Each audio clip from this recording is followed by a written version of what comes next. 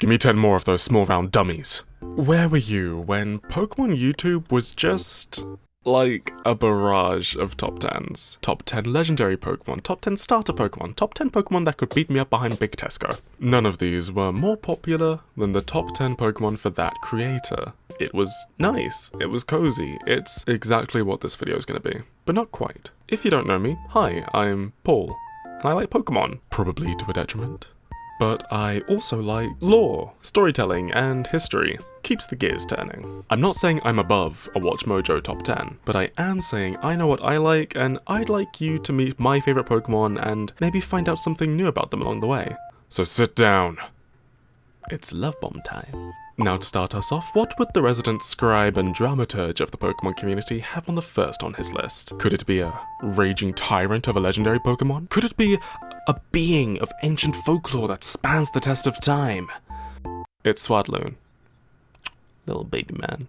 Swadloon is a Popa, specifically a sawfly if we compare those to Leavanny, but on a more conceptual level, which feels insane to say about this blanket ball, Swadloon represents a social phenomenon known as hikikomori, a condition where a person is completely unwilling to leave their room for a long period of time. More often than not, it's a disguised diagnosis for other psychiatric disorders in the DSM. There are plenty of medical papers out there that really go into the nitty-gritty, but I like Swadloon for a much more important reason. Round. Who's next? Is it another rotund beast? Well, yes. It's Bellibolt. Yeah, it might be a bit early on to say that Bellibolt's one of my favourite Pokemon, but like, can you blame me? It's a green squishmallow. They make him for me! Bellibolt's a very simple Pokemon that I like in a very simple way. It's a plasma globe shoved inside a frog. I could name specific species, but I think it's most likely just any kind of species with a tympanum. That's those fake eyes some froggies have. There you go, there's your cottagecore fact for the day.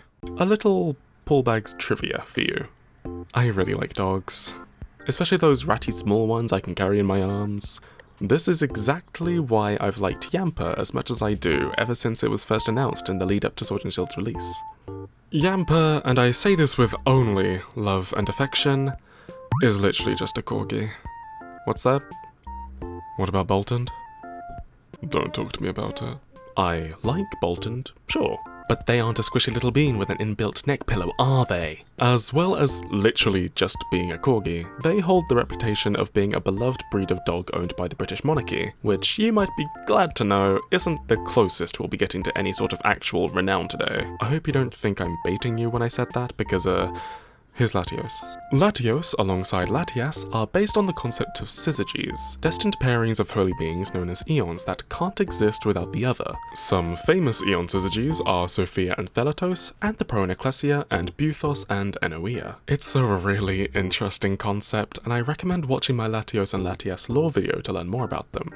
I even wrote a little story for them. But ultimately, I just think Latios looks cool. Since they're not the most draconic or bird-like, they seem to take inspiration from the martlet. These are birds used in English coats of arms or insignia to represent continuous motion, always moving forward. What do I think of Mega Latios? Speaking of moving forward, we're in the top 6 now. Congratulations, you made it! Time for me to really talk. Personally, I consider these guys what would make up my real team if genetic engineering could just hurry up. So who would my first party member be? Well, if I just straight up told you, this video would be a bit disastrous. Oh hi Absol. This is a Pokemon I never really realized I liked as much as I did. I've always liked it, sure, but like this much? Damn. You know what? It probably just helps that it's one of the few non-legendary Pokemon with explicit folklore attached to it, and with such a striking design at that, who wouldn't love Absol? They're most likely based on a Chinese beast known as the Baizi, an incredibly smart creature who is said to hold supernatural knowledge on over 11,000 creatures in the world. In Japan, this creature is known as the Hakutaku, where stories instead painted it as a harbinger of a plague that swept through the entire Toyama prefecture in Japan. But like, you didn't do it, right? Right? Thanks to Mega Absol, there's also now similarities with the Lamassu, or Lama, a creature in Assyrian or Mesopotamian scripture that protected humanity from disaster. A lot of Mesopotamian mythology actually has heavy ties with Hoenn's legendaries, so this is just something that tickles my brain a little bit and makes it do a big goofy smile. So who better to follow disaster than my next pick? Egg. Togekiss is a lovely fat Fabergé egg of a dove that in canon is very angelic in nature, probably due to needing to feel just a bit more imposing since Togetic was already a cherub. A lot of Togekiss's lore is based around them dissipating conflict and bringing peace. It shares this with the feng shui iconography of the Feng Huang. That's the phoenix that brings balance alongside dragons. Yeah, that's right, Eggbird is good at interior design. I admit though, that's more of a thematic approach rather than a design one, but I think it's worth a mention. The egg. Speaking of more conceptual Pokemon, we should probably get into it, since these are gonna be a bit more meaty to bite into. Volcarona's pretty cool. They're the embodiment of the sun. Well, not literally. Literally, they're a Prometheus silk moth, named after Prometheus, the titan of fire in Greek mythos. Their ornate design is similar to a tiger lily too, which represents fortune, wealth, as well as impermanence of life in Japanese flower arranging. In canon, Volcarona is another pretty normal Pokemon that's given some clout from world building, being a replacement for the sun in Unova. Actually, now I think about it, their antennae even resemble the Egyptian goddess Hathor, a sky deity and consort to Ra, the most prolific sun god. Along with gods, the fact Volcarona has 6 wings matches Zeraph's. Angels with these wings are very common in biblically accurate depictions, but we'll leave it there for now because I want to talk about these weird bugs. Slitherwing shares all of that with Volcarona, however due to the more dinosaur-like features that tie in all of the Paradox forms, their wings seem to have taken a more Stegosaurus-like shape. Their more buggy features tie it with Paleoterra, a kind of ancient winged insect that can't fold their wings down over themselves.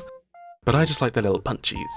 Iron Moth, on the other hand, forgoes all of that bugginess to become a giant UFO, but more specifically, it shares a lot with Dyson Spheres. To give you a brief, because this is a whole thing, Dyson Spheres are a theoretical concept on how we could harvest a star's energy output if we ever needed it. If only someone told Chairman Rose before he did, all of that. I'm getting bored of science, so let's talk about Gallade. They're one of my favourites not just because they're cool and match me to a T aesthetically, but Gallade isn't too far removed from Gardevoir's inspiration as a mystical knight or mage. They're just more in line with Roman gladiators thanks to the helmet and crest. I think Pokemon just knows exactly what to do with Gallade every time they make something for it. The fencing poses, the battle styles, the fact Mega Gallade is a superhero with dual discs?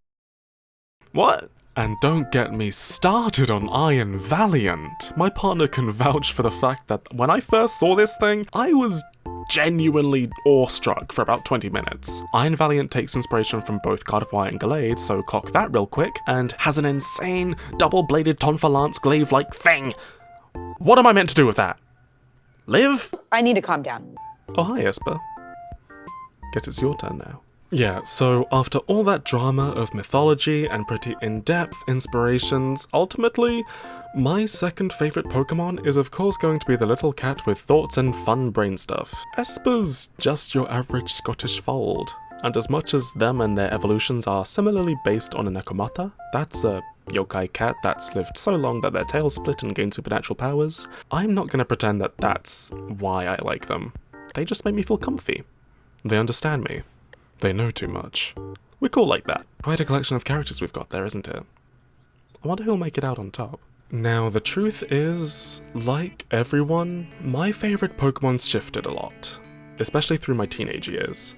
We went from Leafeon to Emolga to Arceus to Gallade to, well, kind of realising just what it means to have a favourite anything. I think it's just what makes you happy whenever you see it. That's how I feel about Piplup. There isn't a single Piplup that couldn't make me feel better, and the past few months, they've been working overtime on that.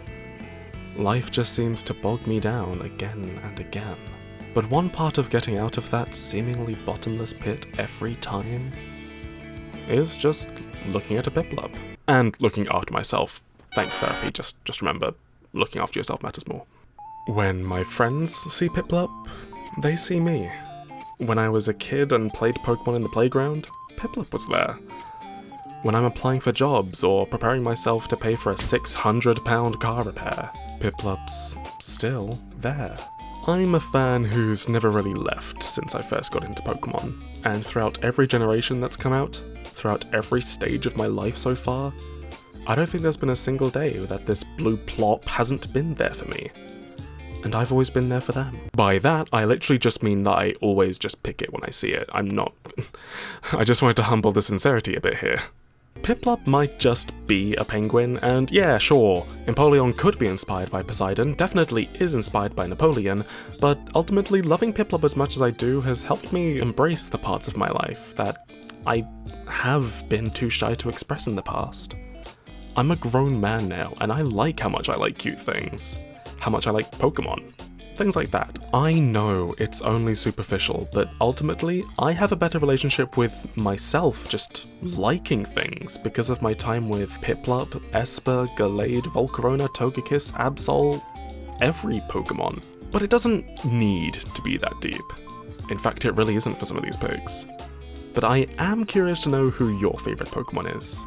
Let me know in the comments if there's any special reason for you. For now, I think Piplup and I need to get back to researching.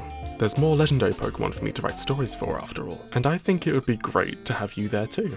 Let me know if there's anyone you want me to cover in particular actually. Subscribe to see when I cover them and maybe, just maybe, we can see each other again.